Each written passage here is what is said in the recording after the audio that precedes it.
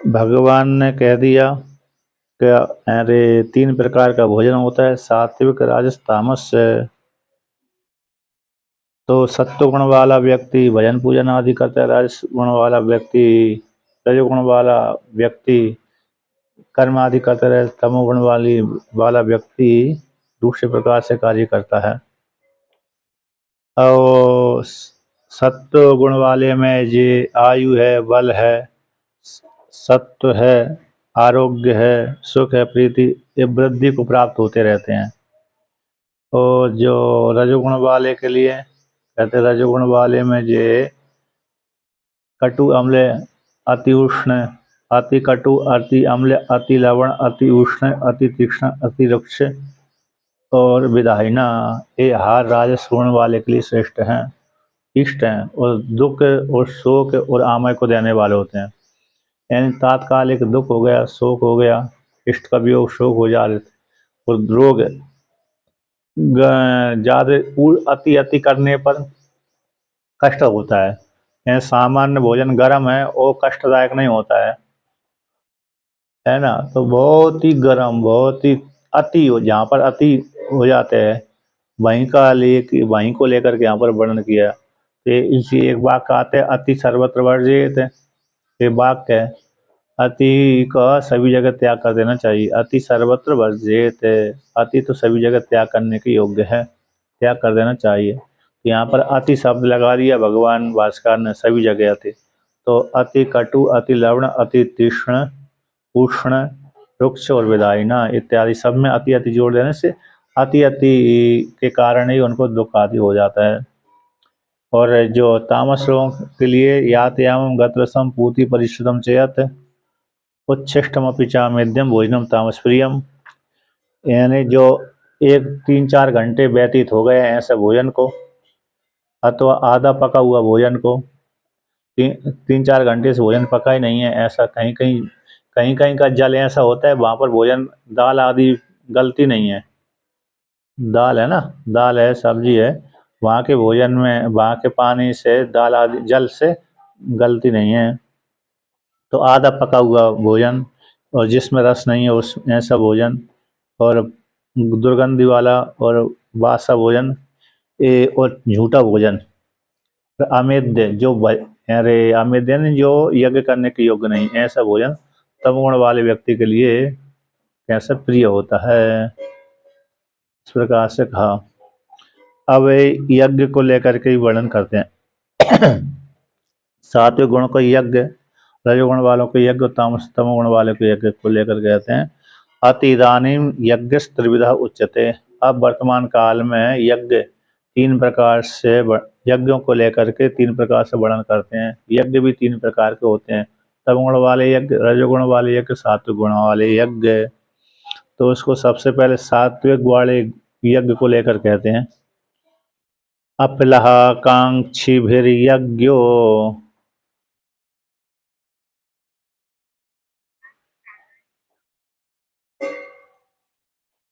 विधिदृष्टो युज्यते,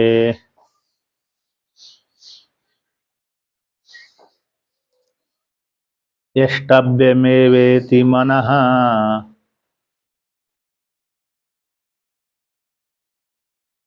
समादाय स सात्विकः।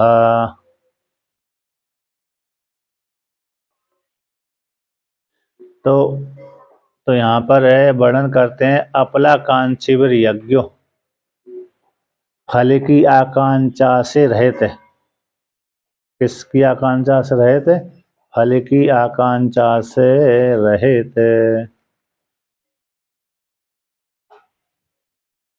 तो ये फल की आकांक्षा से रहते जिनके द्वारा किया जाता है यज्ञ, कैसा यज्ञ, अर्थात जो करता है वह करता फल की आकांक्षा नहीं रखते। ये लोग फल के लिए अथवा फल लोग फल के लिए, यह लोग संबंधी फल, सुख भोग आदि फल है, धन आदि प्राप्ति का फल है, तो उस धन आदि प्राप्ति की इच्छा से यज्ञ नहीं करते, स्वर्लोक संबंधी फल की इच्छा से यज्ञ नहीं करते, बल्कि कर्तव्य विधि से करते हैं। तो अपना फल की आकांक्षा से रहते इन कर्ताओं के द्वारा किए जाने वाला यज्ञ और विधिदृष्टो, कहते विधि दृष्ट यानी शास्त्र में जो नियम बतलाया गया है, विधि बतलाई गई है, जिस यज्ञ का जो विधि है उस प्रकार की विधि उनमें देखी जाती है। तो ऐसा जो यज्ञ या इज्जतें जो यज्ञ करते हैं, क्या करते हैं, यज्ञ करते हैं। और कहते हैं यष्टव्य यष्टव्य में विधि यानी यज्ञ करना कर्तव्य। आहार संध्या उपासिता नित्यम अग्निहोत्रम जुह्यात, नित्यम अग्निहोत्रम जुह्यात। आहार संध्याम उपासिता, ये नित्य अग्निहोत्र और संध्या बंधन होती है, नित्य करना पड़ती है। संध्या बंधन नित्यम अग्निहोत्रम जुह्यात और नित्यम आहार संध्याम उपासिता। तो अरहर यानी प्रतिदिन, तो प्रतिदिन सभी प्राणियों को संध्या बंदन करते रहना चाहिए। जिनको संध्या का गायत्री आदि नहीं है उसके लिए दूसरा भजन है राम कृष्ण विष्णु शिव आदि का नाम हो गया। तो सुबह सुबह भजन और शाम को भजन, सूर्य उदय होने से पहले सुबह भजन और सूर्य अस्त होने से पहले भजन, ये दो संध्या हो जाती हैं। और दोपहर को करे तो दोपहर को ही हो जाती, रात्रि को करे तो रात्रि, 4 पहर की संध्या होती है पहले वैसे तो सुबह दोपहर शाम और आधी रात्रि को सन्यासी के लिए 4 का वर्णन आता है। तो जिसमें से 2 प्राय करके प्रदान हो गई, सुबह और शाम सूर्यास्त होने से सूर्य उदय होने से पहले पहली संध्या और सूर्यास्त होने से पहले संध्या, ये 2 संध्या अनिवार्य है। तो यष्टव्य कर्तव्य मेरे लिए यज्ञ करने योग्य है, कर्तव्य के लिए प्राप्ति हुई है, इसलिए ऐसे कर्तव्य जान कर कर्म करता है। और मन समाधाय, मन को समाहित करके ऐसा यज्ञ जो करता है, ऐसे यज्ञ करने वाले को उस यज्ञ जिनके द्वारा किया जाता है इस प्रकार से आकांक्षा से रहते, फल की आकांक्षा से रहते, जो कर्तव्य विधि से कर्म करते हैं, यज्ञ करते हैं, वही यज्ञ सात्विक यज्ञ कहलाता है, सात्विक यज्ञ कहलाता है, ऐसा कहा। अब भगवान भास्कर इसका व्याख्यान करते हैं। कहते हैं क्या, अपला कांची भेरे, अपला कांची भेर यानी अपलार्थी भेर यज्ञो विधि दृष्टा शास्त्र चोदन दृष्टो यो यज्ञ इज्यते निर्वर्त्यते यष्टव्यम एव इति यज्ञ स्वरूप निर्वर्तनम एव कार्यम इति मनः समाधाय न अनेन पुरुषार्थो मम कर्तव्य इति एवं निश्चित स सात्विक यज्ञ उच्यते। कहते हैं कि अपलाकांक्षियों के द्वारा यानी अफलार्थियों के द्वारा फल की आकांक्षा से, फल की चाहना से रहते इन कर्ताओं के द्वारा फल की कोई भी आकांक्षा नहीं है, इस प्रकार से किए जाने वाला यज्ञ जो यज्ञ है विधि दृष्ट हो, शास्त्र चोदना, विधि यज्ञ का अर्थ हो गया विधि दृष्ट है। तो शास्त्र विधि यानी शास्त्र, शास्त्र में जो है विधि यानी चोदना होती है यानी आज्ञा, तो शास्त्र चोदना यानी शास्त्र की आज्ञा। तो शास्त्र में आज्ञा दी गई है, शास्त्र में देखा गया है कि ऐसा कर्म करना चाहिए, तो शास्त्र चोदना दृष्टा, तो शास्त्र में विधि दिखलाई गई है। आहार संध्या उपासिता नित्यम अग्निहोत्रम जुह्यात स्वर्ग काम यजेता ददना यजेता, ये जहाँ पर आज्ञा होती है वहाँ पर विधि पाई जाती है। यहाँ पर विधि के लिए कृत प्रत्यय आते हैं, तद और अन्य प्रत्यय आते हैं, और कहते हैं तिगंत प्रत्यय आते हैं। तिगंत लिंग लकार आता है, लोट लकार आता है और कृदंत प्रत्यय आते हैं। इस प्रकार से जहाँ पर आज्ञा दी जाती है वहाँ पर विधि वाक हो जाता है। तो विधि में, वेद में, तो जहाँ पर शास्त्र ने वर्णन किया कि यदि स्वर्ग की कामना के लिए कर्म करना है तो स्वर्ग का यज्ञ करें, और नित्यम अग्निहोत्रम जुह्यात अग्नि आहार संध्या उपासिता, ये तो नित्य कर्म है। 10 पूर्णमास यजेता ददना यजेता, तो जैसी शास्त्र में विधान किया गया है ऐसे कर्मों को करते, लेकिन फल की आकांक्षा से रहते। तो ऐसे जो दृष्ट या यज्ञ इज्जते, जो यज्ञ किया जाता है निर्वर्तित संपादित किया जाता है, यष्टव्यमेवेति, यष्टव्यमेवेति मतलब यज्ञ स्वरूप को निर्वर्तनम, यज्ञ स्वरूप का निर्वर्तन करता रहता है। अर्थात अरे मेरे लिए कर्तव्य के लिए कर्तव्य रूप से ये यज्ञ मेरे को प्राप्त हुआ है, तो कर्तव्य रूप से प्राप्त हुआ है, विधि दृष्ट आवश्यक रूप से विहित है, यानी कर्तव्य ये मेरे को करना ही है, प्रमाद आदि नहीं करना। फल नहीं चाहिए तो व्यक्ति प्रमाद कर देता है, कहते प्रमाद भी नहीं करता, फल की चाहना भी नहीं है और प्रमाद भी नहीं है, कर्तव्य रूप से मेरे को प्राप्त है तो करना ही है। ऐसी इस प्रकार से दृष्टि बना करके वह यज्ञ करता है, कार्य को संपादन करता है, मन को समाहित करके, मन समाधान, मन को समाहित करके कि इस कर्म के द्वारा मेरे को पुरुषार्थ की सिद्धि होगी, इस इच्छा से युक्त होकर के नहीं करता। एकाग्र एकाग्रता, मन समाते हैं, मन की एकाग्रता करके, मन को एकाग्र करके, बहिर्मुख ना करके, तो मन को एक करके कहते हैं इस अनैन कर्म अनैन कर्मणा, इस कर्म के द्वारा मेरे को पुरुषार्थ तो मम न कर्तव्यम, इस कर्म के द्वारा मेरे को पुरुषार्थ की प्राप्ति हो जाए इस दृष्टि से नहीं करता, बल्कि कर्तव्य दृष्टि से करता है, समाहित होकर के आत्मा की प्राप्ति के लिए कर्तव्य विधि से करता है। इति एवं प्रकार से निश्चित करके यह जो यज्ञ किया जाता है सब सात्विक यज्ञ उच्चते, उसको सात्विक यज्ञ कहते हैं। यहाँ पर कहते हैं यष्टव्यम हेतु, तो यज्ञ करना चाहिए, ना तो दृष्ट यज्ञ अदृष्ट दृष्ट व फलम व कर्तव्य फल अभिसंधि बिना, कहते हैं दृष्ट के लिए या तो अदृष्ट के लिए, तो ना तो दृष्ट फल संधि के लिए ना अदृष्ट फल संधि के लिए यानी कर्म करता है, तो बिना फल संधि के बिना यज्ञ स्वरूप को भाव्यम भावना करना चाहिए, ऐसा जान करके शास्त्र से अनुष्ठान अनुष्ठेयमान यज्ञ साधु कहलाता है।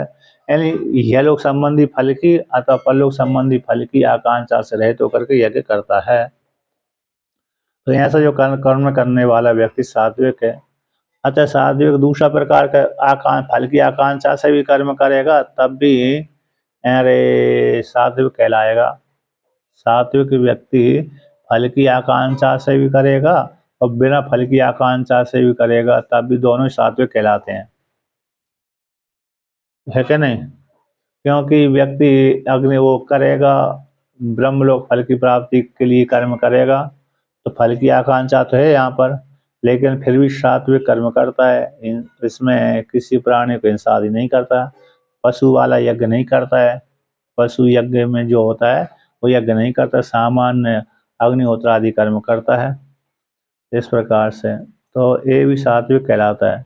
विशेष रूप से सात्विक की महिमा यह है कि फल की आकांक्षा से रहित होकर के, ऐसे फल की आकांक्षा से रहित होकर के यज्ञ आदि करेगा तो अंतःकरण की शुद्धि, अंतःकरण की शुद्धि से ज्ञान की योग्यता, ज्ञान की योग्यता से उपनिषदों का अध्ययन, उपनिषदों के अध्ययन के माध्यम से फिर उसको आत्म तत्व का साक्षात्कार हो जाएगा, ये परंपरा बन जाती है।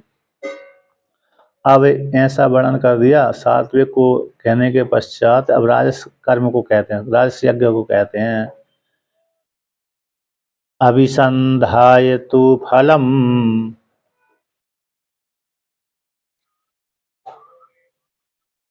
दम्बार्तमपि चैव यत्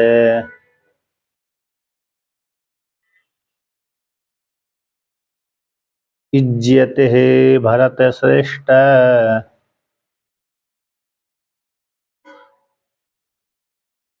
तं यज्ञं विद्धि राजसम्।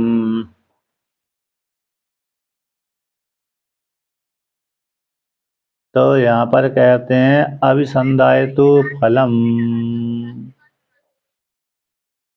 है ना, फल की संधि से रहित होकर के, फल की संधि से रहित होकर के नहीं आता, फल की संधि से युक्त होकर के, सात्विक यज्ञ तो फल की संधि से रहित होकर के, और जो राजस यज्ञ है कहते किंतु तू यानी किंतु परंतु, कई राजस यज्ञ भी इसी प्रकार का होगा, तू से विच्छित हो गया, कहते फल फल संधाय फलम अभिसंधाय, फल की संधि से युक्त होकर के, और फल की संधि से युक्त होकर के नहीं, इतना ही अकेले नहीं है,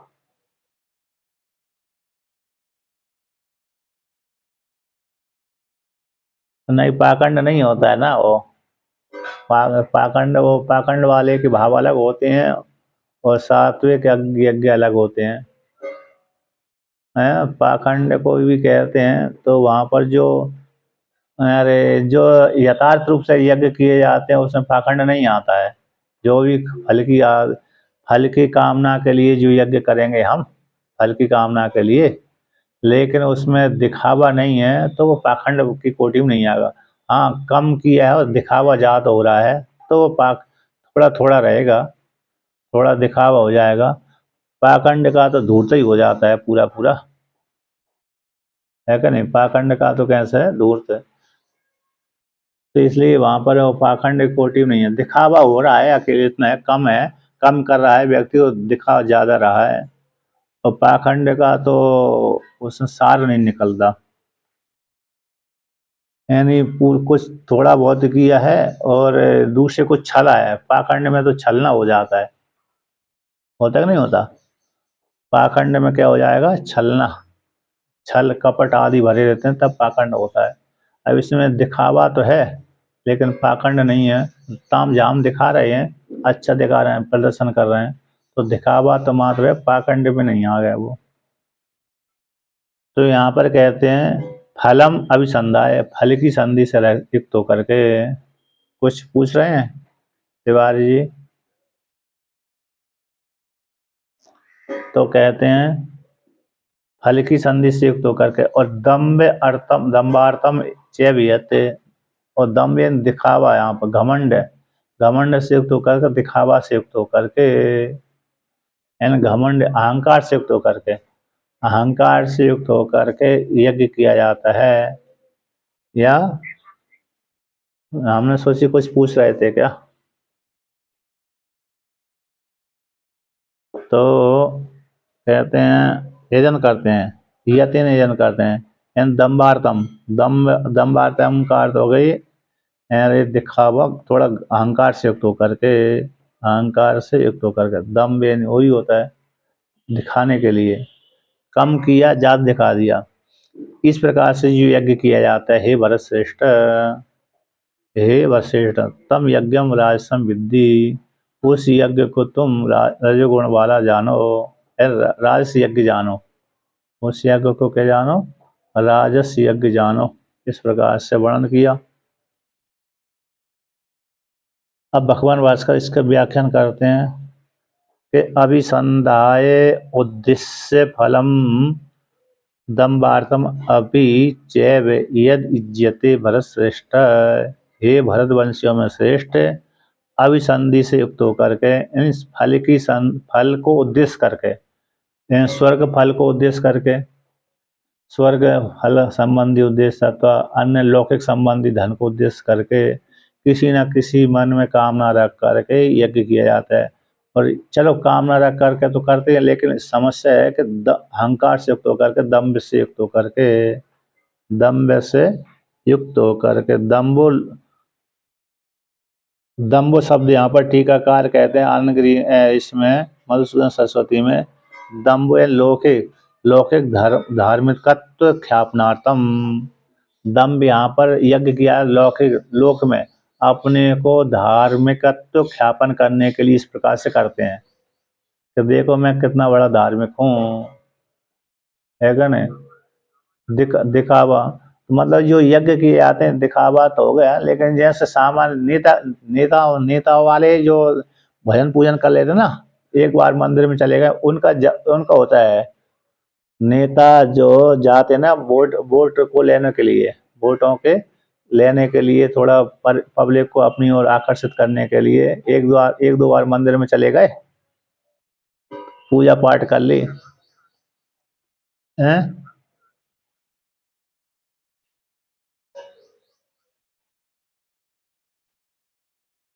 हाँ, हाँ, उनका वो दिखावा होता है, उनका वोट का चक्कर है ना, उनका दम्भ में आएगा उनका। सामान्य जो व्यक्ति है यज्ञ का तब है, उन्हीं का ही आता है। जैसे कभी कभी मन, उनका दिखावापन, उनका छल, मन में छल कपट है ना, उनके भीतर भरा हुआ है छल कपट, तो छल कपट उनके मन में भरा रहता है। लेकिन सामान्य जो व्यक्ति है फल की कामना से युक्त होकर करता है तो उसका दिखावा कम होता है। ऐसे कथा भागवत लोग गांव में कराते रहते ना, समूह बना करके, तो दिखावा दिखावा कोटि में नहीं आएगा, वो सामान्य में आ जाएगा। यानी उन्होंने धन इकट्ठा किया, संग्रह किया, चंदा किया, चंदा करके किसी पंडित ब्राह्मण आदि को बुला लिया, कथा करवा लिया, तो वो दिखावा कोटि में नहीं, वो दिखावा कोटि में नहीं आ रहा है ऐसा। लेकिन नेताओं वाला जो है, नेता वाला यदि करवाते हैं तो वो दिखावा हो जाता है इसमें। इसमें ये हो गया। अब आगे कहते हैं, तो फल की संधि से युक्त होकर के जो यज्ञ किया जाता है, दम्भार्थम चैवे ये दिज्यते, दिखाने के लिए, अपने को धार्मिकत्व को ख्यापन करने के लिए जो यज्ञ किया जाता है, उस यज्ञ को कहते हैं तम यज्ञम विद्धि राजसम। उस यज्ञ को तुम रजोगुण वाला मानो, राजस यज्ञ जानो। रजोगुण निर्वृत्त, रजोगुण के द्वारा निर्वृत्त होने के कारण राजस जान ही, राजस यज्ञ जानना चाहिए। क्योंकि जो भी कर्म किए जाते हैं वो रजोगुण वाले ही होते हैं। कर्म में सात्विक है ना, रजोगुण के द्वारा ही व्यक्ति प्रवृत्त होता है। थोड़ा थोड़ा सात्विक फल की संधि से रहते होकर सात्विक कोटि में जाता है, किंतु कर्म तो प्राय करके रजोगुण वाले ही होते हैं कर्म, क्योंकि रजोगुण में ही प्रवृत्ति होती है। सात्विक गुण में तो व्यक्ति ध्यान चिंतन आदि करता रहता है। टीकाकार कहते हैं, टीका में आया है, स्वर्ग आदि उद्देश्य करके धार्मिकत्व ख्यापन करने के लिए। टीका आनंद गिरी टीका में, स्वर्ग आदि को उद्देश्य करके धार्मिकत्व ख्यापन करने के लिए यदि जो यजन किया जाता है, तब उस यज्ञ को रजोगुण के द्वारा निर्वृत्त होने के कारण राजगुण राजस यज्ञ कहा जाता है। ऐसे राजस यज्ञ को त्याग कर देना चाहिए, ऐसे राजस यज्ञ को त्याग कर देना चाहिए, इस प्रकार से जान लेना चाहिए। त्याज्यम अवगच्छेत, अवगच्छ त्याज्यम त्याग कर देना चाहिए। जो रजोगुण के द्वारा संपादित होने वाले यज्ञ है, यानी फल की संधि से युक्त होकर के और दिखा अपने को धार्मिकत्व ख्यापन करने के लिए जो यज्ञ किए जाते हैं वो रजोगुण के द्वारा संपादित होते हैं, इसलिए ऐसे रजोगुण वाले यज्ञों को त्याग कर देना चाहिए, इसलिए यहाँ पर वर्णन किया। अब यहाँ पर कहते हैं 12वां हो गया, अब 13वें को लेकर कहते हैं।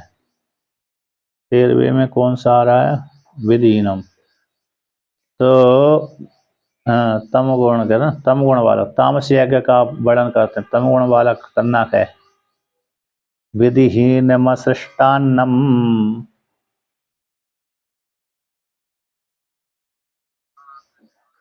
मंत्रहीन मदक्षिणम,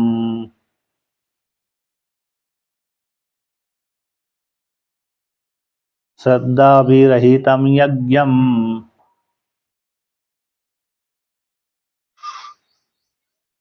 तामसम परिचक्षते।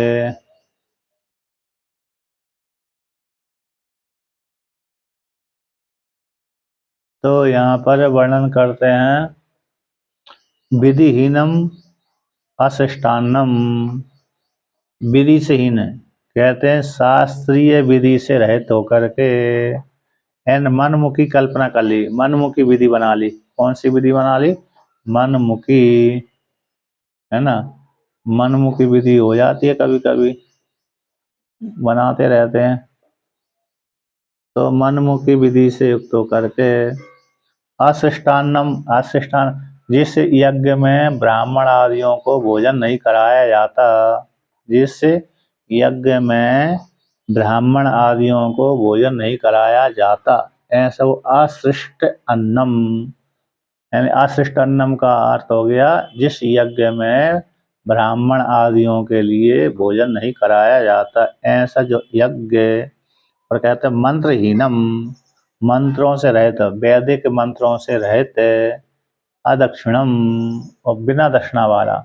यज्ञ भी करा दिया तो दक्षिणा नहीं दी, उसमें ब्राह्मण आदियों से यज्ञ तो करवा लिया लेकिन दक्षिणा ही नहीं दी। तो ऐसा जो दक्षिणा, यानी व्यक्ति स्वयं करता है तो वहाँ पर दक्षिणा नहीं देते, व्यक्ति अपने कल्याण के लिए यज्ञ करता है तो वहाँ पर दक्षिणा देने की जरूरत नहीं पड़ती। लेकिन हम ब्राह्मण आदि से अनुष्ठान आदि करवाते हैं किसी से भी, तो फिर उसको वहाँ पर दक्षिणा देना ही अनिवार्य होती है, तभी फल मिलता है। यज्ञ करा लिया लेकिन दक्षिणा नहीं दी, इस प्रकार से तो कैसे हो गया, अदक्षिणम, मंत्रहीनम हो गया, अदक्षिणम हो गया। और श्रद्धा भी रहितम, श्रद्धा से रहित है, श्रद्धा बिल्कुल भी नहीं है, तो श्रद्धा से रहित होकर के यज्ञम जो यज्ञ किया जाता है वो तामस यज्ञ कहलाता है, तामसम परिचक्षते, तामस यज्ञ कहलाता है। इस प्रकार से वर्णन किया। अब आगे भगवान भास्कर व्याख्यान कहते हैं करते हैं कि विधिहीनम यतः चोदित विधि विपरीतम अशिष्टान्नम एन ब्राह्मणेभ्यो नः सृष्टम न दत्तम अन्नम यस्मिन् यज्ञे सो अशिष्टान्नम अशिष्टान्नस्य तम अशिष्टान्नम मंत्रहीनम मंत्रतो स्वरतो वर्णतश्च वियुक्तः वियुक्तम मंत्रहीनम अदक्षिणम एन मुक्त दक्षिणा रहितम श्रद्धा रहितम, श्रद्धा भी रहितम यज्ञम तामसम परिचक्षते तमो निर्वर्त्यम कर्तयन्ति। तो यहाँ पर कहते हैं विधिहीनम, इन शास्त्र में जिस कर्म का, जिस यज्ञ का जो विधि बताई गई है उस विधि से रहित होकर के, तो शास्त्र चोदित विधि है ना, शास्त्र में दिखलाई गई विधि उस विधि से विपरीत यज्ञ करते हैं। अशिष्टान्नम का अर्थ हो गया कि ब्राह्मणों के लिए न अशिष्टम, जिस यज्ञ में यज्ञ तो कर रहे हैं लेकिन ब्राह्मणों के लिए भोजन कराए नहीं, उसमें न दत्तम नहीं दिया गया अन्न, जिस यज्ञ में ब्राह्मण आदियों को भोजन नहीं दिया जाता, ऐसा वो यज्ञ अशिष्टान्न कहलाता है, अशिष्टान्नम वाला यज्ञ। मंत्रहीनो,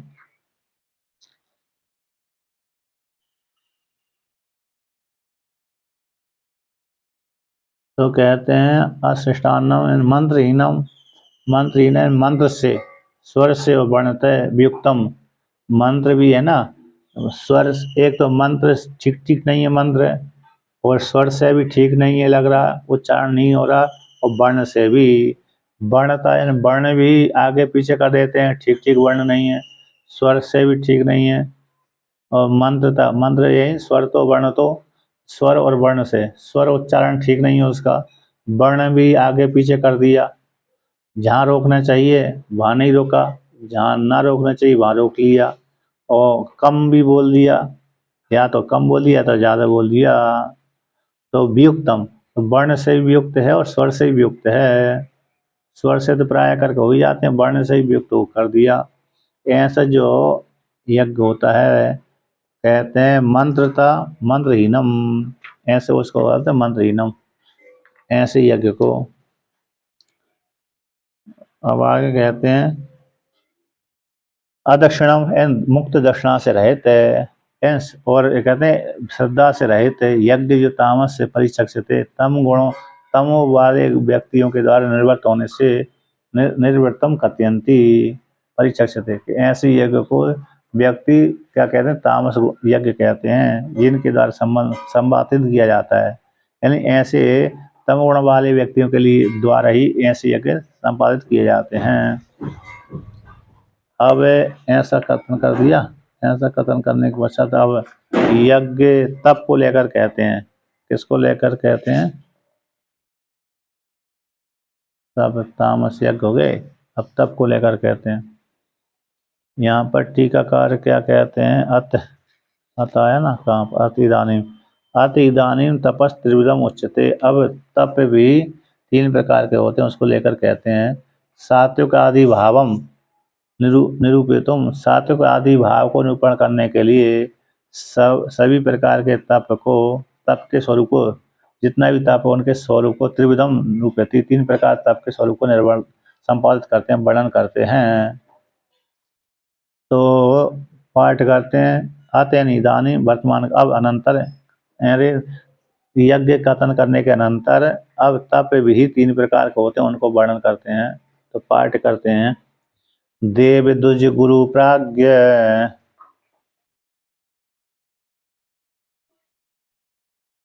पूजनम शौचमार्जवम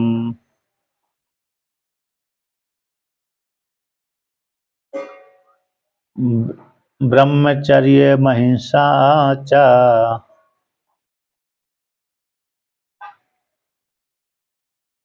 शारीरम तप उच्यते।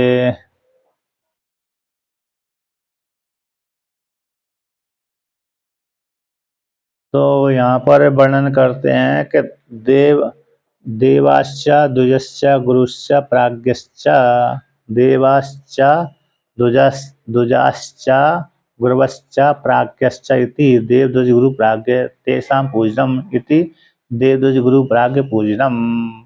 तो देवताओं की पूजा, द्विज यानी ब्राह्मण आदि, श्रेष्ठ ब्राह्मण आदि की पूजा, गुरु यानी गुरुजनों की पूजा, प्राज्ञ यानी बड़े बड़े विद्वान हैं उनकी पूजा, ऐसी पूजा करनी, इनकी पूजा करना चाहिए। शरीर के द्वारा संपादित करना चाहिए। शौचम, शौच अरे मृतिका से और जल से शुद्धि। शौच शब्द का अर्थ होता है मृतिका से और जल से शुद्धि। जल के बिना तो शुद्धि होती नहीं है। और दूसरी बात है हाथ पैर भी धोते हैं, शौच आदि जाने के बचा तो मृतिका आदि से हाथ धोने चाहिए। जैसे अभी साबुन लगाते हैं, पहले मृतिका लगाते थे, तो मृतिका जल और मृतिका से शुद्ध शौच, अर्जुन सरलता और ब्रह्मचर्यम 8 प्रकार का जो ब्रह्मचर्य होता है उसको, और अहिंसा, अहिंसा से रहते, ऐसा जो तप है शारीरिक तप कहलाता है। इस प्रकार के तप को शारीरिक तप कहते हैं। अब भगवान भास्कर इसका व्याख्यान करते हैं। यानी शरीर के द्वारा संपादित होने से शरीर भवति शारीरम, शरीर के द्वारा शरीरेण संपादितम इति शारीर तप उच्यते। देवाश्च द्विजाश्च गुरवश्च प्राज्ञाश्च देवद्विज गुरु प्राज्ञास्तेषां पूजनम।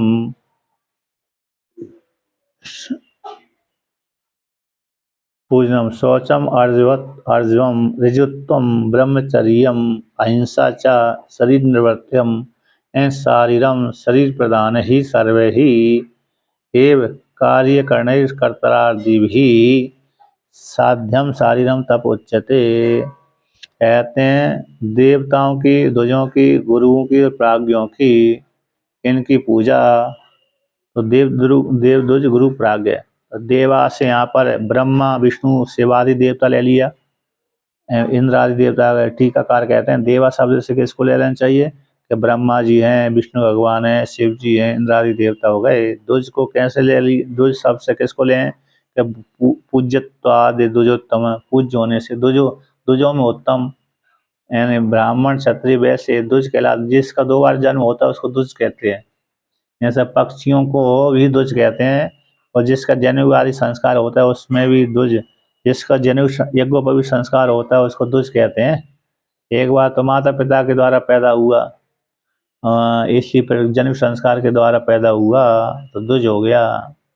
और पक्षी तो हमेशा 2 बार ही पैदा होते हैं। एक बार अंडे से, अंडा के रूप में पैदा हुआ, एक अंडे से फिर बाहर निकला, तो 2, इसलिए पक्षी हमेशा द्विज ही संज्ञा होती है। और पंचाग्नि विद्या में एक बार पिता से पैदा हुआ, एक बार माता से पैदा हुआ, पंचाग्नि विद्या के अनुसार। तो यहाँ पर ये कहते हैं तो द्विज शब्द है, द्विजों उत्तम है, ब्राह्मण आदि, ब्राह्मण हो गया। तो गुरभा यानी पितरादि, गुरबा शब्द से किसको ले लें कि गुरबा शब्द से पितरादि ले लें। पितर आदि गुरु कहलाते हैं, माता पिता गुरु कहलाते हैं। और प्राज्ञ यानी पंडिता, विदित विदितव्या, विदित विदितभ्यास जानने योग्य हैं। ये इस प्रकार से पंडित जो लोग होते हैं कर्तव्य का विशेष का उपदेश करते रहते हैं। यानी वेद को भी जानते हैं, इस स्मृति ग्रंथ आदि को भी जानते हैं। ऐसे सभी विषय में विद्वान रहते हैं, ऐसे उनको पूजन करना चाहिए।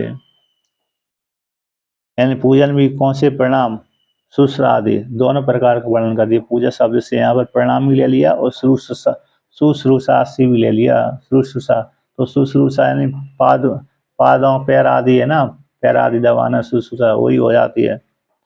और सेवा आ जाती होती है। जैसे किसी घरों में तो माता पिता की सेवा होती है और आश्रमों में गुरुजनों की सेवा हो जाती होती है। अन्य शौचम मृग जलाभ्याम, मृग शौच यानी मृग, मृत है मृज, मृज जलाभ्याम मृतिका और जल से शुद्धि, शारीरम शोधनम, अर्जुन ऋत यहाँ पर सोचे होंगे अर्जुन ऋजुत्तम इन सरलतम, ऋजुत्तम का अर्थ सरलतम, भीत प्रसिद्ध और एक रूप प्रवृत्ति निवृत्ति मात्रम। तो विहित और प्रतिसिद्ध दोनों में एक रूप प्रवृत्ति निवृत्ति मतम सरलतम, विहित में और निषिद्ध वाक्यों में तो एक रूपत्वम एन प्रवृत्ति निवृत्ति मतम। तो इसको यहाँ पर विहित वाले में इस करना चाहिए, निषिद्ध वाले को नहीं करना चाहिए। इस प्रकार से सरलता हो जाती है।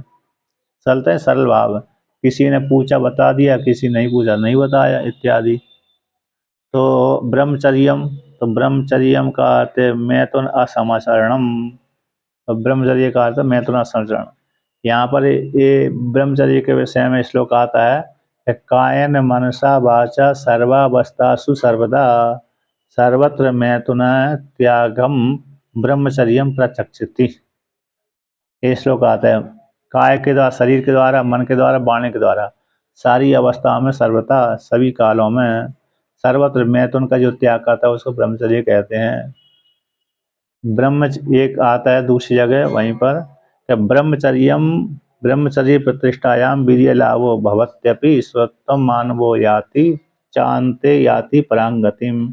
ब्रह्मचर्य की प्रतिष्ठा हो जाने पर वीर्य लाभ तो होता ही, सामर्थ हो जाती है और फिर बाद में देवत्व भाव की प्राप्ति हो जाती है।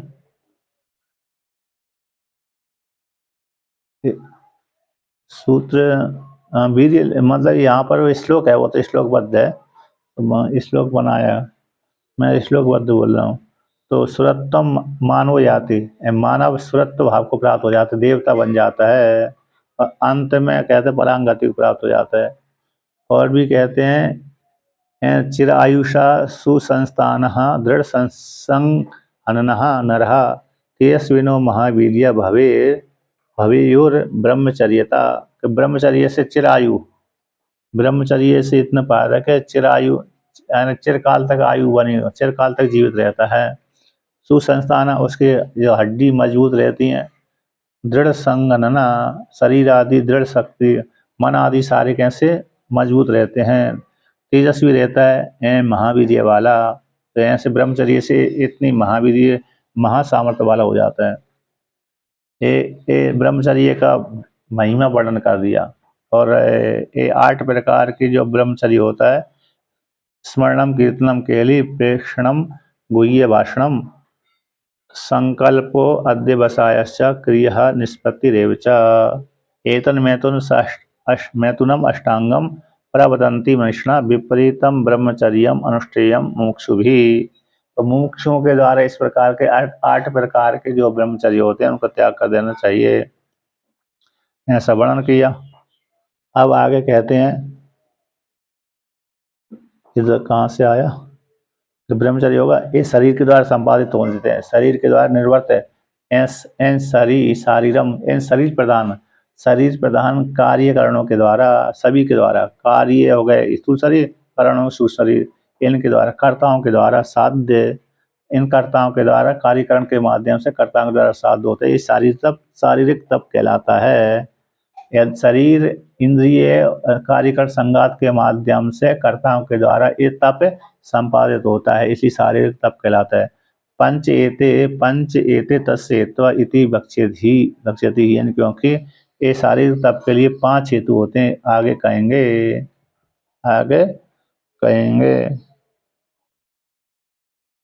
5। तो इसमें शारीरिक तप के लिए 5 हेतु कौन से हो गए, इसमें एक श्लोक आता है, अरे कौन सा है,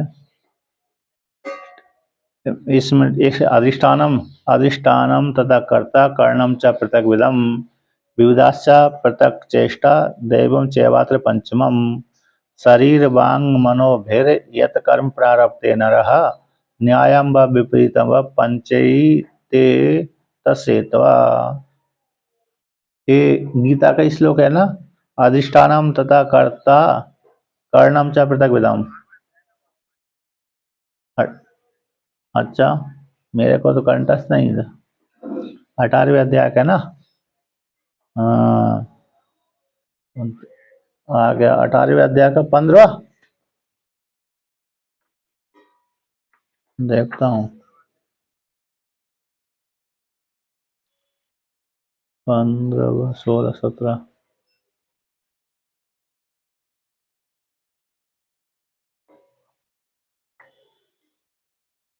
15 तो नहीं।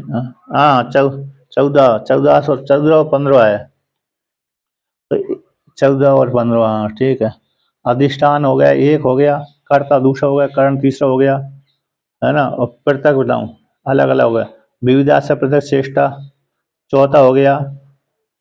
और देव पांचवा हो गया। एक देव में देव पांचवा हो गया। यानी पृथक पृथक करण। अधिष्ठान एक हो गया, कर्ता दूसरा हो गया, करण पृथक पृथक करण हो गए। पांच ज्ञान, पांच कर्म जानता करण। और विभिन्न प्रकार की चेष्टा, प्राण के द्वारा चेष्टा होती है, चौथा हो गया। और देव पांचवा हो गया।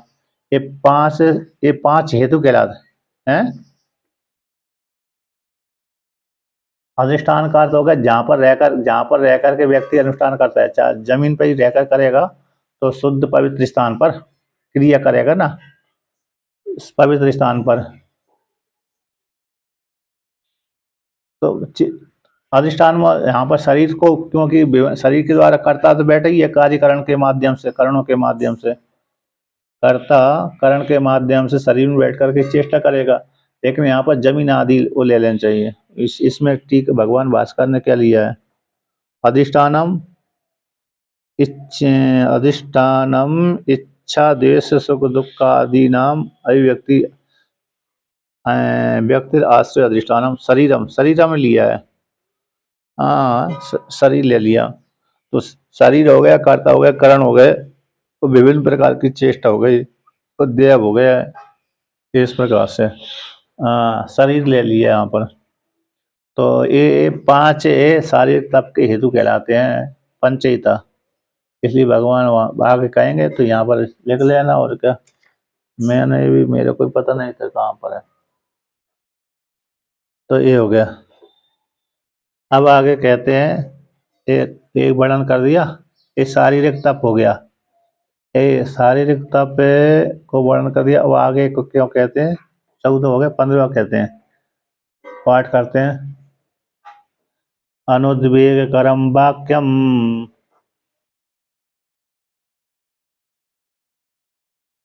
सत्यम प्रिय हितम चयत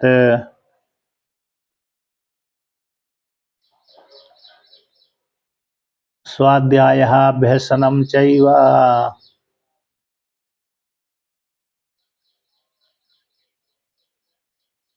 वाङ्मयं तप उच्यते।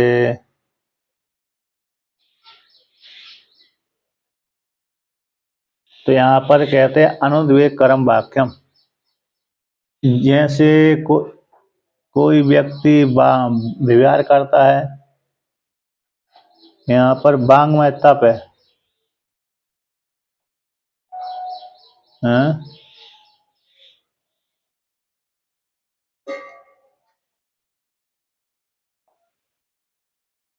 तो कहते हैं अनुद्वेग कर्म वाक्यम। उद्वेग, ऐसे हमने किसी के साथ वार्तालाप करी तो ऐसे कटु वचन बोल दिए तो उद्वेग करने वाले हो गए, उसको परेशान करने वाले हो गए। डांट डांट देना, कोई व्यक्ति व्यक्ति दूसरे व्यक्ति को डांट देता है तो डांटना ही उद्वेग करने वाला हो गया, उसको परेशान करने वाला हो गया।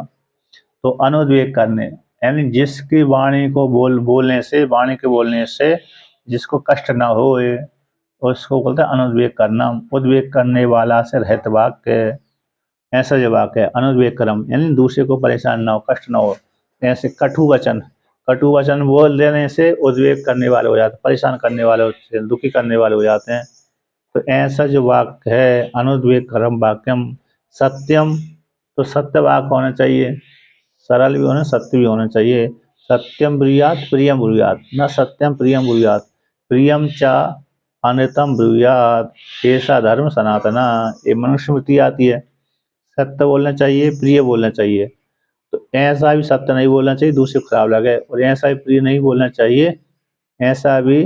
और अप्रिय, अप्रिय हो, अप्रिय हो लेकिन सत्य हो।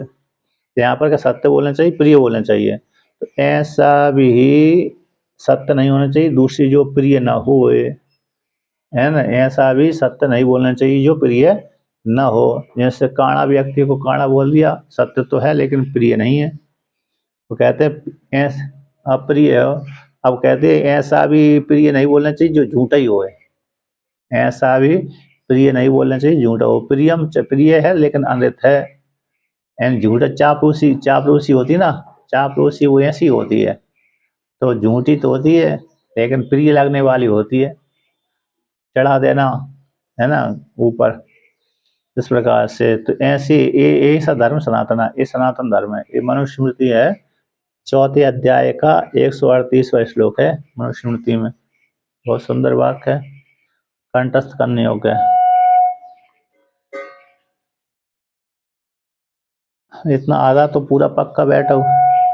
चौथे अध्याय के 138वां श्लोक है। सत सत्यम ब्रूयात प्रियम ब्रूयात न सत्यम न ब्रूयात सत्यम अप्रियम प्रियम चान्यतम ब्रूयात, ये सधर्म सनातना। तो ऐसा सत्य है, और प्रिय प्रिय भी होना चाहिए, प्रियम भी हो, हितकर भी होना चाहिए। प्रिय और हितम, प्रिय भी हो लेकिन प्रिय तो है लेकिन हितकर नहीं है, तो वे वही खराब है। इसलिए प्रिय भी हो हितकर भी हो, दोनों को जोड़कर कर दिया। प्रिय प्रियश्च प्रियम च हितम च इति प्रियहितम प्रियहितौ, प्रियश्च हितश्च इति प्रियहितौ, तो ये प्रियहितम। तो प्रिय का प्रिय वाक होना चाहिए, हितकर भी वाक होना चाहिए। और कहते हैं ऐसा जो वाक्य है। और स्वाध्याय, स्वाध्याय का अभ्यसनम, स्वाध्याय है वेदों का अध्ययन, अभ्यसन बार बार अभ्यास है, अभ्यास है ना, अभ्यसन में अभ्यास हो गया, तो वेदों का अभ्यास है। अब वेदों का अभ्यास कैसे करे, वेदों का अभ्यास, जब वेदों का अभ्यास करता है झूठा मुख नहीं करना चाहिए। झूठा मुख करके जो वेद पढ़ते हैं ना, तो वो झूठा वेद को यहाँ पर निषेध किया गया है। और हाथ पैर धो करके ही स्वाध्याय करना चाहिए, हाथ पैर धो करके स्वाध्याय करना चाहिए, और झूठे मुख होकर के स्वाध्याय नहीं करना चाहिए। और पूर्व की ओर मुख करके, प्रांग मुखत पे वर्णन किया, पूर्व हो उत्तर हो, इस प्रकार से। एक दिशा नहीं है बात, तो बात अलग हो गई, लेकिन पूर्व और उत्तर की ओर मुख करके, प्राय करके यहाँ पर टीकाकार तो पूर्व की ओर मुख लिखते हैं, पूर्व की ओर मुख करके वेदों का अध्ययन करना चाहिए। और झूठे मुख कर, जैसे चाय पीते रहते हैं ना, तो चाय पी करके गीता का पाठ सुनते हैं ना, पुस्तक लेकर सुन रहे हैं पुस्तक लेकर सुन रहे हैं, तो वहां पर नहीं करना चाहिए। यहाँ पर आया है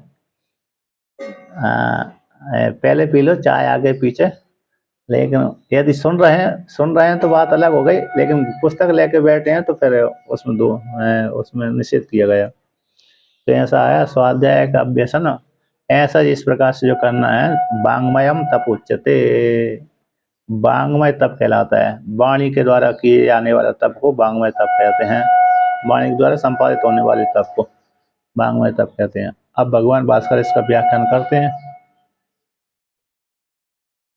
कि अनुद्वेग कर्म यानी प्राणी नाम अदुख कर्म वाक्यम, प्राणियों को दुख देने वाला नहीं है।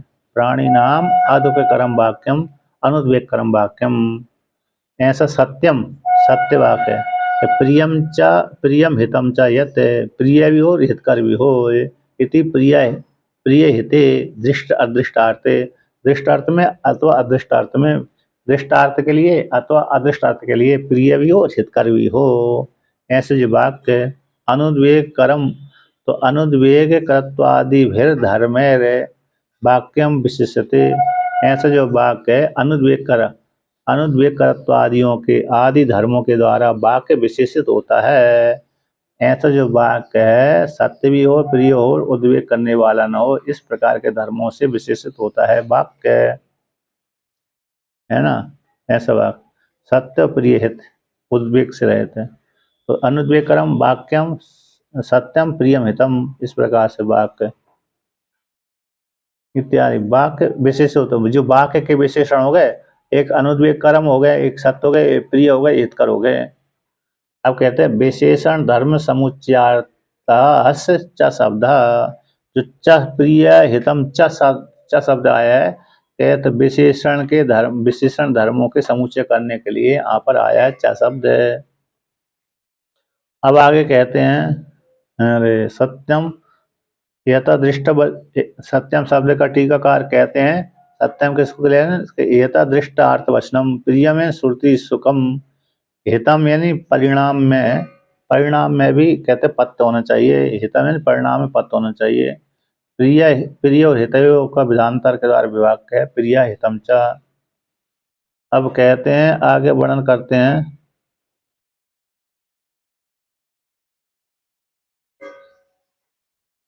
आगे कहते हैं कि पर प्रत्यायनार्थम प्रयुक्तस्य वाक्यस्य सत्य प्रिय हित अनुद्वेकत्वादीनाम अन्यतमत्वेन द्वाभ्याम त्रिभिर्वा हीनता स्याद यदि न तस्य वाङ्मये तपस्तम। कहते पर प्रत्ययनार्थम, तो पर प्रत्ययनार्थम का अर्थ हो गया दूसरे को बोध कराने के लिए। प्रत्यायनार्थम का अर्थ पर एन दूसरा, प्रत्यय ज्ञान हो गया, तो दूसरे को बोध कराने के लिए प्रयोग किया गया वाक्य, प्रयोग किया गया वाक्य को, तो वो सत्य होना चाहिए, प्रिय होना चाहिए, हितकर होना चाहिए और अनुद्वेग कर होना चाहिए। इनमें से सत्य, प्रिय, हित और अनुद्वेग करत्व आदियों में से एक के द्वारा अथवा दो के द्वारा अथवा तीन के द्वारा हीन है वाक्य। उद्वेग करने वाला होगा अथवा सत्य ना होगा, अथवा प्रिय ना होगा, अथवा हितकर ना होगा। तो एक के द्वारा हीन होना चाहिए होए, अथवा दो के द्वारा हीन होए, अथवा वाक्य तीसरे के द्वारा हीन हो। यदि ऐसा है वाक्य तो उस वाक्य को, यदि ऐसा है तो न तस्य वाक्य वाङ्मय तपस्ता, उसको वाङ्मय तप नहीं कह सकते। यानी वाङ्मय तप में अनुद्वेग कर विशेषण होना चाहिए, सत्य होना चाहिए, प्रिय होना चाहिए, हितकर होना चाहिए। तथा उसी प्रकार से अप्रियत्व को लेकर कहते हैं तथा प्रिय वाक्यस्यापि इतरेषाम् अन्यतमत्वेन द्वाभ्याम त्रिभिर्हीनस्य न वाङ्मयस्तपत्वम्। प्रिय वाक्य तो है, प्रिय वाक्य का भी अपि इतरेषाम वाक्य प्रिय है लेकिन हितकर नहीं है, सत्य नहीं है और उद्वेग करने वाला नहीं है, उद्वेग करने वाला है। ऐसे वाक्य को भी वाङ्मय तप नहीं कह सकते। तो प्रिय वाक्य का भी अपि इत्र में से एक के द्वारा अथवा दो के द्वारा अथवा तीन के द्वारा हीन है वाक्य, तो वाङ्मय तप नहीं कहलाएगा। हीन न वाङ्मय तपस्तत्वम। अब वो कहते हैं और इसी प्रकार से आगे भी कहते हैं तथा ही न वाक्यस्य अपि इतरेषाम् अन्यतमत्वेन द्वाभ्याम त्रिभिर्वा वियुक्तस्य न वाङ्मयस्तपत्वम्। तथापि उसी प्रकार से ये वाक्य का भी, वाक्य इतरेषाम् अपि अन्यों में से, वाक्य में से उद्वेग करने वाला होगा, सत्य नहीं होगा, प्रिय नहीं होगा, हितकर नहीं होगा। इनमें से एक की कमी हो जाने पर अथवा दो की कमी हो जाने पर अथवा तीन की कमी हो जाने पर वह वाङ्मय तप नहीं कहलाता है। तो किम पुनस्तप तत्तपो, यह तप क्या है, किस प्रकार का तप कहलाएगा। ये तो कहते हैं जो तप किसको कहेंगे, जब उद्वेग करने वाला होगा, सत्य नहीं होगा, प्रिय नहीं होगा, हितकर नहीं होगा, तो ऐसे जिनको वाङ्मय तप नहीं कहते। फिर किसके वाणी में तप कहते हैं, फिर किसको वाङ्मय तप कहेंगे हम, ऐसी प्राप्ति हो जाने पर। तो कहते हैं किम पुनस्तपो, वह तप क्या है, यत सत्यम वाक्यम अनुद्वेकरम प्रियम हितम च यत तत् परमम तपो वाङ्मया। जो तप है सत्य होना चाहिए, ये जो तप है सत्य वाक्य सत्य होना चाहिए, सत्य वाक्य सत्य होना चाहिए, और वाक्य भी कैसा अनुद्वेग करने वाला होना चाहिए, प्रिय होना चाहिए, हितकर होना चाहिए। ऐसा जो वाणी है, ऐसी जो वाणी है वह वाणी, उस वाणी को, इस प्रकार की वाणी को वाङ्मय तप कहते हैं। अर्थात सत्य वाक्य होना चाहिए, उद्वेग करने वाला वाक्य नहीं होना चाहिए, प्रिय वाक्य होना चाहिए, हितकर वाक्य होना चाहिए। ऐसी वाणी को ही वाङ्मय तप कहते हैं, परम तप कहते हैं, वाङ्मय परम तप कहते हैं, उत्कृष्ट वाङ्मय तप कहते हैं। तथा उसी प्रकार से यथा, जिस प्रकार से कहते हैं के दृष्टांत है यतः शांतो भावावस्य स्वाध्यायम योगम व अनुतिष्ठ ततः ते श्रेयो भविष्यति। तो यथा शांतो भव, हे वत्स तुम शांत हो जाओ, हे वत्स तुम क्या हो जाओ, शांत हो जाओ। तुम स्वाध्याय करो अथवा योग करो, तुमको स्वाध्याय से अथवा योग से कैसे हो जाएगा, योग का अनुष्ठान करो अथवा स्वाध्याय करो, जिससे तुम्हारा भविष्य काल में कल्याण हो जाएगा, है कि नहीं। जैसे वहाँ ऐसे पुत्र कहता है कि मेरे को पढ़ना है, वो पुत्र अथवा पुत्र कहता पढ़ना है तो नहीं पढ़ता है, तो कहता है हे पुत्र तुम पढ़ो, जिससे तुमको कल्याण की प्राप्ति होगी, भविष्य काल में कैसे हो जाएगी, कल्याण की प्राप्ति हो जाएगी। अथवा कोई कह रहा मैं कहाँ जाऊँगा पढ़ने के लिए, प्रदेश में जाऊँगा, गुरुकुल में जाऊँगा। अभी गुरुकुल में नहीं जाते ना, अभी तो वहाँ छात्र अभी भी जाते हैं गुरुकुल में, पहले भी जाते थे अभी भी जाते हैं। अभी छात्रावास संज्ञा हो गई उनकी, है कि नहीं। अंग्रेजी काल में छात्रावास संज्ञा हो गई, वहाँ की तो गुरुकुल ही थे। तो कहते हैं हे बस से शांत हो जा, गुरुकुल जाने के लिए प्रयत्न कर रहा था, कहते हे बस से नहीं भेज रहे होंगे घर वाले परेशान, अरे समस्या के कारण, तो इसलिए कहते हे बस तुम शांत हो जाओ। स्वाध्याय व योगम व अनुतिष्ठ, स्वाध्याय का सेवन करो अथवा अनुष्ठ योग का सेवन करो, जिससे तुमको भविष्य काल में श्रेयो भविष्यति, श्रेय हो जाएगा। इस प्रकार से कहा। तो ये हितकर वाक्य हो गया, कैसा हो गया, हितकर वाक्य, हितकर हो गया ना। तो कहते हैं स्वाध्याय अभ्यसनम, तो स्वाध्याय अभ्यसनम च एव यथा विधि वांग्मय तपोचते, स्वाध्याय और अभ्यसन, स्वाध्याय का अभ्यास है ना, यथा विधि जिस प्रकार शास्त्र में वर्णन किया उस प्रकार से वांग्मय तप कहलाते हैं।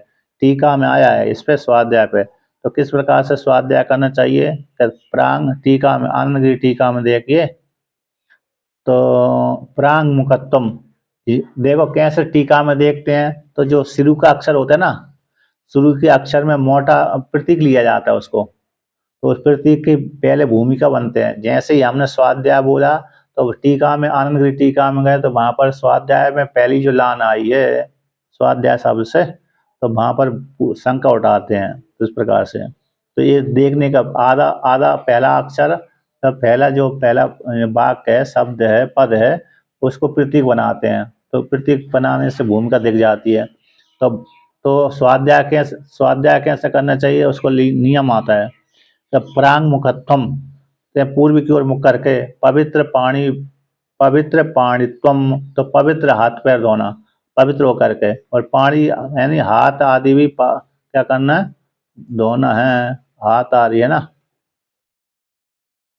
तो हाथ भी पवित्र होने चाहिए और मुख भी पवित्र होने चाहिए। तो पवित्र इत्यादि, तो प्रांगमुखत्वम पवित्र पाणित्वम इत्यादि विधानम अनतिक्रम्य, इस प्रकार विधान को अतिक्रमण न करके स्वाध्याय का आवर्तन करना चाहिए। ये वांग्मय तप में अंतर्भाव हो जाता है, यानी पूर्व की ओर मुख करके बैठना चाहिए, पूर्व की ओर नहीं है तो उत्तर की ओर मुख करके बैठना चाहिए, पवित्र होकर के स्वाध्याय करना चाहिए, और हाथ पैर आदि को हाथ पैर धो लेना चाहिए, मुख धो लेना चाहिए। इनका जो विधि, इस प्रकार से जो विधि आई उस विधि का अतिक्रमण न करे, इस प्रकार के स्वाध्याय का आवर्तन करता रहे, इस प्रकार के तप को वांग्मय तप कहते हैं। ये वर्णन कर दिया, अब आगे का पाठ है फिर कल करेंगे। वाक् प्राचुर्य रूप से प्रस्तुतम इति वांग्मय, वाक् प्रदान तक हो गया, ठीक है।